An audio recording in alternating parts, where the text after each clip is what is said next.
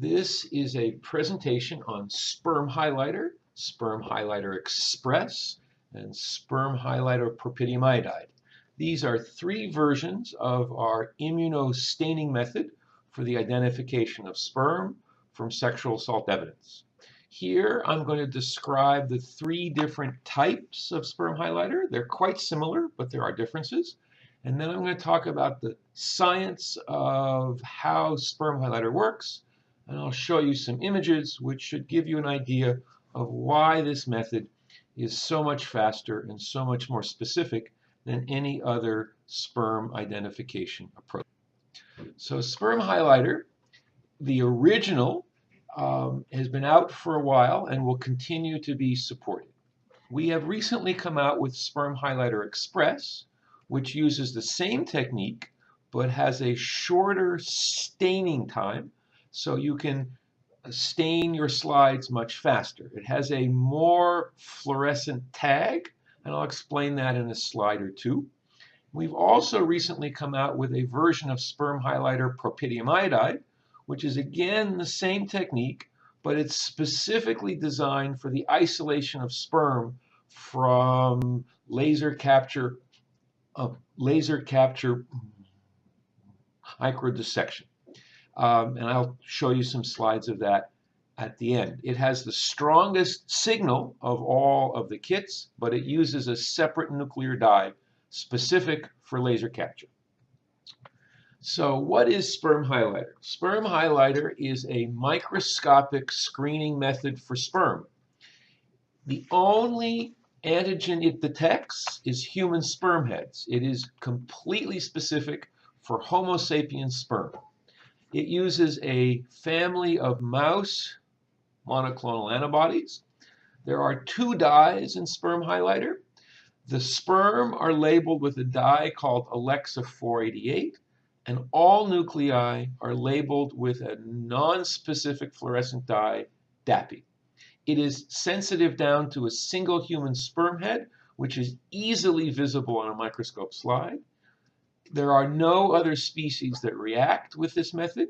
The readout is visual, and the original sperm highlighter staining takes 100 minutes. There are three 30-minute incubation steps. In that 100 minutes, you only have about 10 minutes of hands-on time. We have recently come out with Sperm Highlighter Express. It's the same screening method. It also identifies human sperm heads. It uses the same family of mouse monoclonal antibodies, but the dye has been upgraded to a dye called CF488.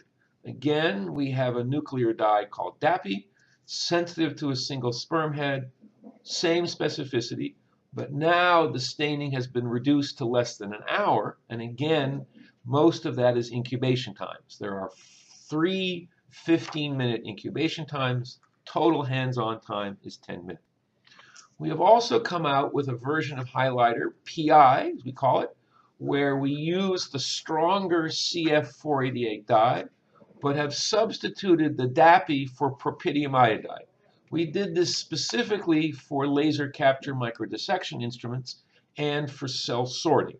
Today, I'm not going to talk about our work with laser capture or cell sorting, but know that those are methods to isolate sperm that we are actively pursuing. So what and how does sperm highlighter identify sperm? It uses antibody and it uses a microscope to visualize where those antibodies are binding.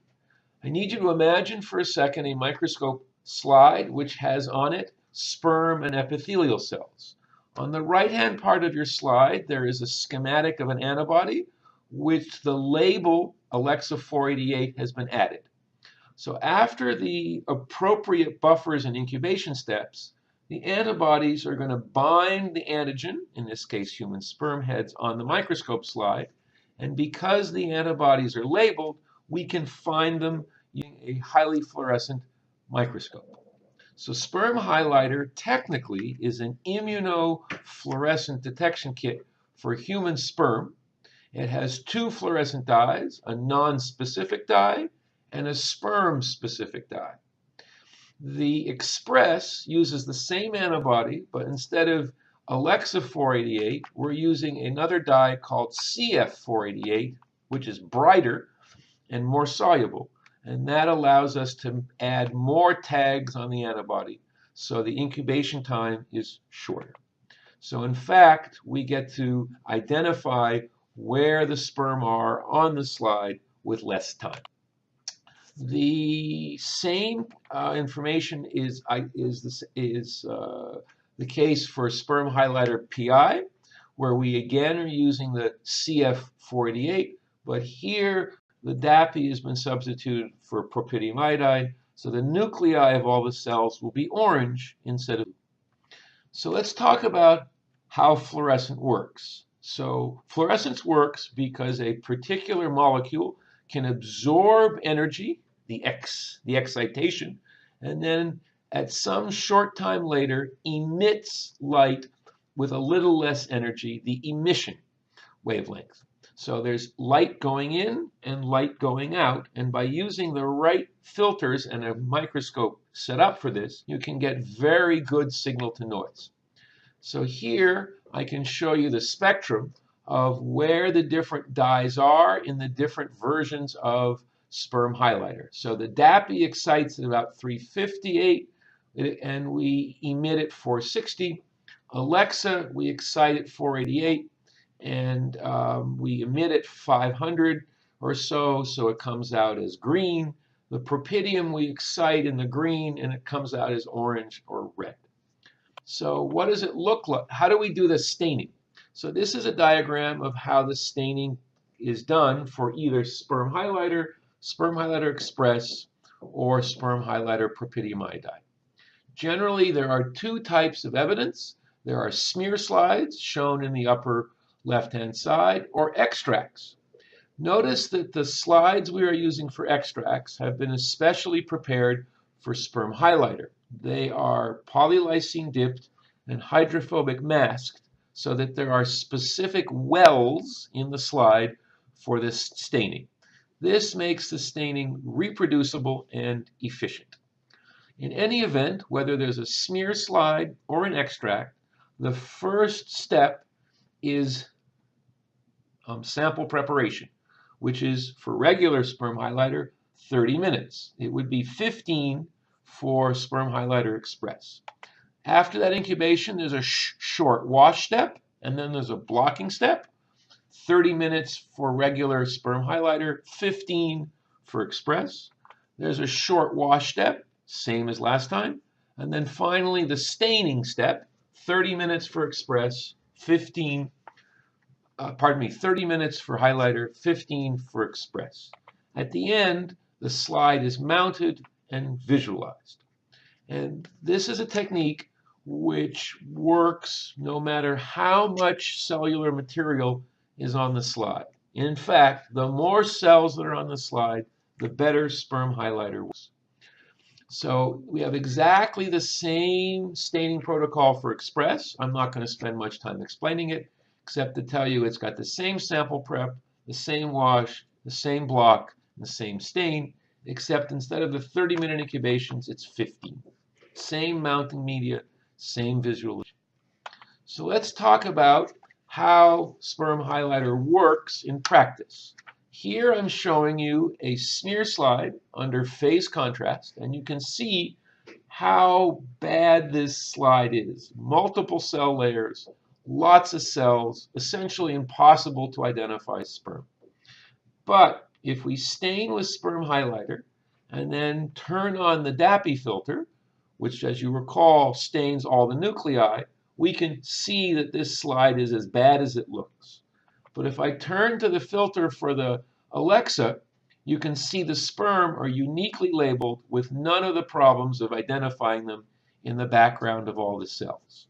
This is a real live picture and shows how rapidly and easily you can find sperm no matter how much other cellular material is on the slide. I'm going to show you some other pictures like this. So here we have mixed extracts from different body fluids, put them on a slide, and stain them with sperm highlighter. There's no sperm added to this particular slide. We can turn to the DAPI filter and find all the nuclei. And if we turn to the FITSI filter, there's no background to speak of. You can do exactly the same experiment with all of those extracts, but now add in an extract from seminal fluid. Again, phase contrast and DAPI. Turning to the FITSI filter, now the sperm are perfectly visible in the background, showing that the other body fluids do not interfere. Here I can add more and more extracts from the three body fluids to overload the cells on the slide and add fewer and fewer sperm cells, stain, visualize with DAPI, and then turn on the FITSI filter and easily identify one sperm in the microscope field. Further, I can confirm that this sperm head is nuclear positive because there is the DAPI stain here. And now that I know where that is, I can go back to the phase contrast and identify it here. So I can go backwards because of the specificity and signal to noise, but because of this terrible slide, I would not be able to go forwards. Only Sperm Highlighter has this level of specificity and sensitivity. Further, I can mix together sperm from all these different species, shown here, stain them with Sperm Highlighter, show you that they are all nuclear positive, but in fact they do not react with Sperm Highlighter. So this is from cat, dog, bull, horse, goat, sheep, and mouse. Further, I can do this same experiment, but now mix in a little bit of human sperm. You can see all the nice sperm in the phase contrast. Again, they all stain with DAPI, but the only species that is stained with Sperm Highlighter is the added human sperm heads, demonstrating the species specificity of this marker. We've done this with many, many species. Only humans react to Sperm Highlighter. Here's a picture of Sperm Highlighter Express, again with a mixture of epithelial cells.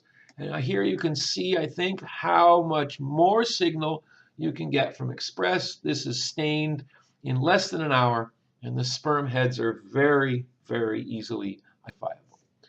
Further, I can demonstrate using Sperm Highlighter or Sperm Highlighter Express a dual filter approach where the nuclei of the epithelial cells are shown in blue and the sperm heads are shown in green. This is not an overlay. This is using a specialized filter set that shows both of the fluorescence at the same time. This is a very useful technique to rapidly scan slides from sexual assault evidence. So I can also give you a higher magnification and demonstrate that the staining does not destroy morphology if it's there, but it doesn't need morphology for the identification. So in the center of your screen, you can see a perfectly morphologically intact sperm with the tail. Two other sperm heads are visible. They have lost all their morphology, but they're perfectly stained with Sperm Highlighter. The blue cells in the background are, of course, epithelial with their nuclei stained DAPI. So I mentioned that we developed a version of Sperm Highlighter for laser capture, which I'm showing here. So this is a laser capture slide. The optics on laser capture instruments are not as nice as they are on our fluorescent microscope. But here you can see easily the sperm are identified in the background of epithelial cells. You can change the filter slightly and show the epithelial nuclei stained with propydium iodide. So from here, it would be easy to determine which part of the slide you would dissect.